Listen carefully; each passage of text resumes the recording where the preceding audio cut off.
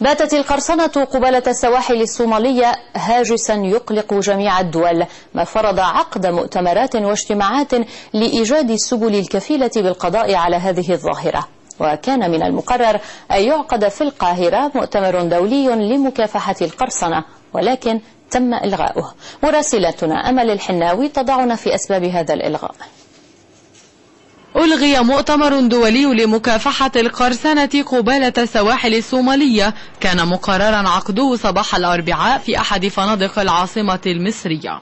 المؤتمر دعت إليه شركة فونيكس الأمريكية الضالعة في العمل الاستخباراتي وجمع المعلومات، وقيل عن سبب إلغائه إن الشركة لم تستوفي الإجراءات الكاملة من السلطات الرسمية لعقده على الرغم من توزيعها الدعوات على المشاركين.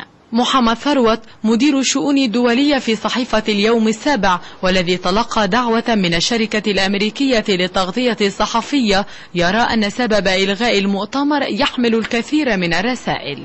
الرسالة أن السيادة المصرية والأمن القومي المصري فوق كل شيء، وإذا أردت أن تعمل في القاهرة فلتعمل بقوانينها وقواعدها. مصر دولة كبيرة تقدر جيدا قناة السويس وحقيقة الأضرار والفوائد من وحقيقة ما يحدث في منطقة البحر الأحمر وخليج عدن.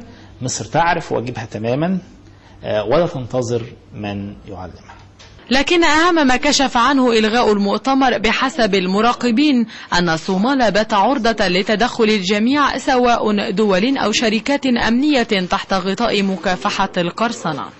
واقع يعكس مأساة بلد دخل أتون الحرب الأهلية منذ 20 عاما.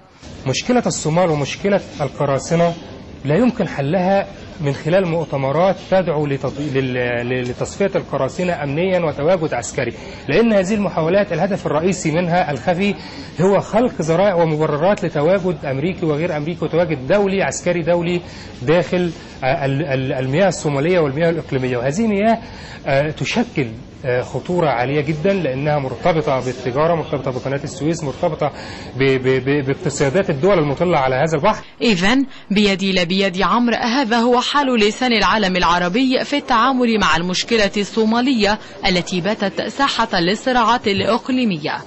تراجع عربي أدى إلى تفكير الجميع في كيفية الاستفادة من الوضع الأمني المتردد في الصومال، فالقراصنة والشركات الأمنية يعلمان أن الدولار أولا وأخيرا يسكن في خليج عدن حتى لو تغيرت الوسائل والأهداف. القاهرة المهمومة بما يحدث في القرن الإفريقي والبحر الأحمر لا تريد أن تكون قاعدة لانطلاق عمليات التصفية حتى لو طالت القراصنة، فما حدث في العراق من مذابح ارتكبتها شركة بلاك ووتر الأمريكية لا يزال حاضرا في الأذهان بقوة. أمل الحناوي، روسيا اليوم، القاهرة.